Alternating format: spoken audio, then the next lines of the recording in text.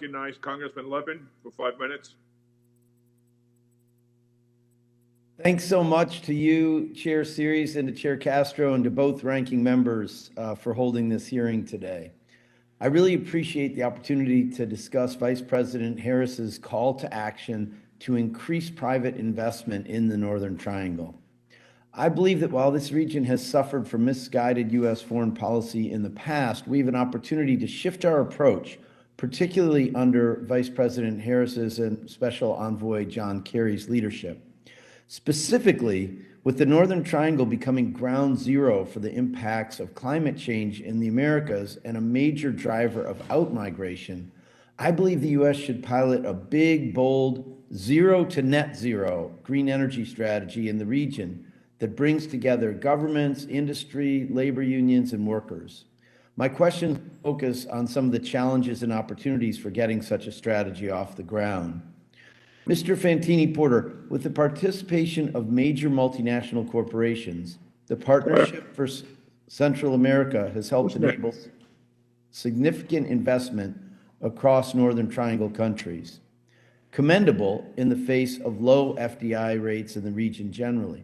With that in mind, how do labor standards and human rights protections play into your decisions to partner with companies?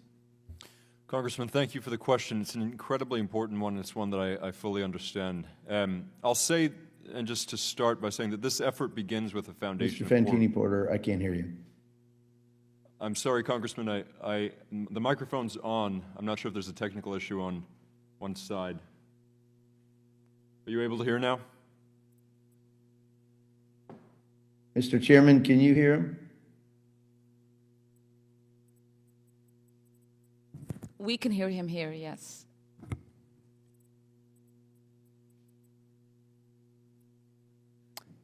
Congressman, I might proceed if it makes sense. I'm not sure if you're able to hear now.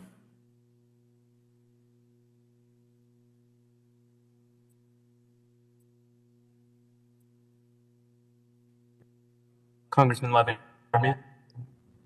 Yes, now I can. Great. Congressman, you're able to hear now?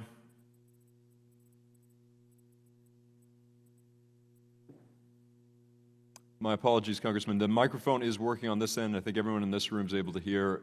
The chairman, I think, is able to hear as well. No, I'm not hearing anything. Can anyone hear? No. We can hear you, Congressman. We're having issues on our side with the microphone.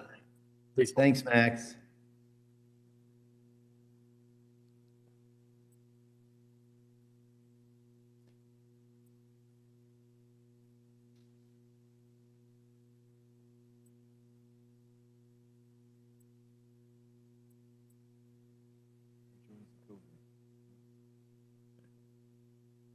So, I mean, they're having technical issues.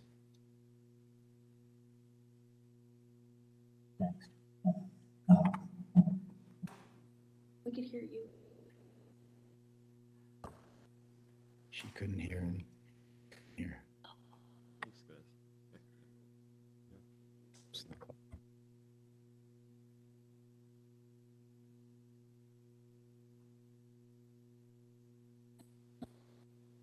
Did you hear the hearing?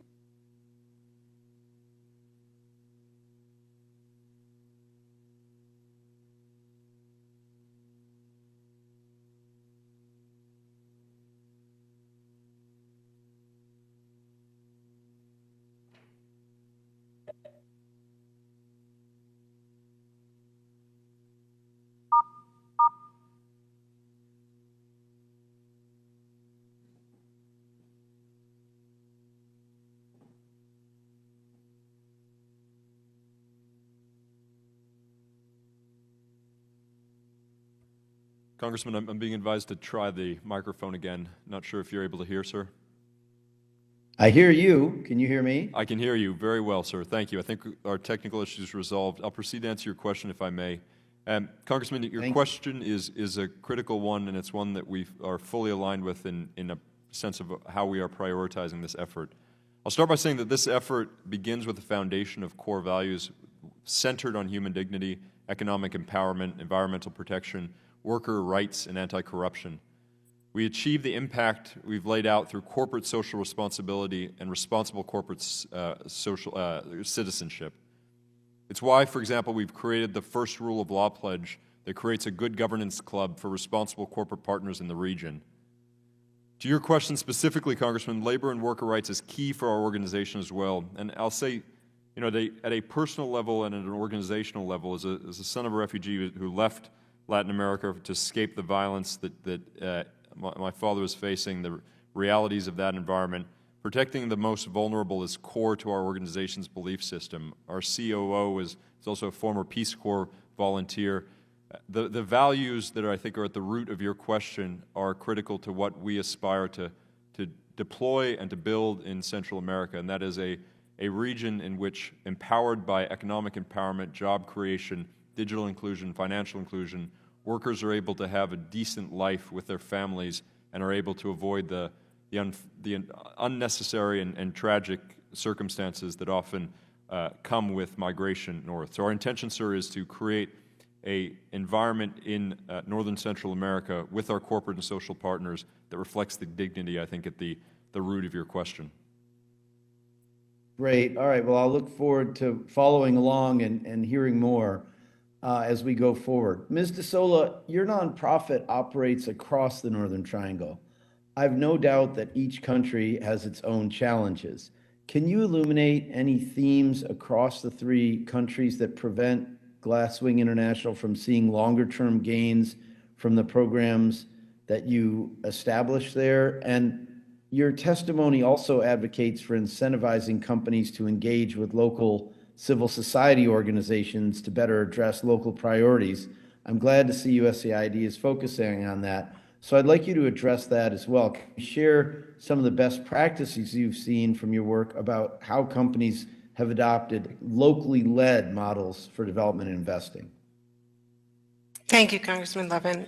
That's actually exactly right. I think when companies have really committed to this long term and engage their employees, who many of whom are from these communities, I think that tends to improve not just the impact but the sustainability, and it also integrates these companies, whether they're multinational or local, more into communities, and that creates a more sustained partnership, because it's everybody wins, right? When all these different stakeholders are involved.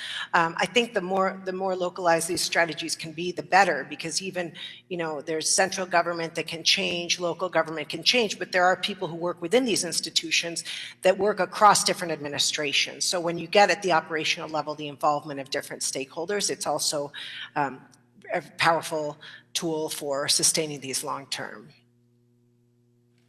All right, thanks, Mr. Chairman. I think my time's expired. I appreciate your patience. Thank you.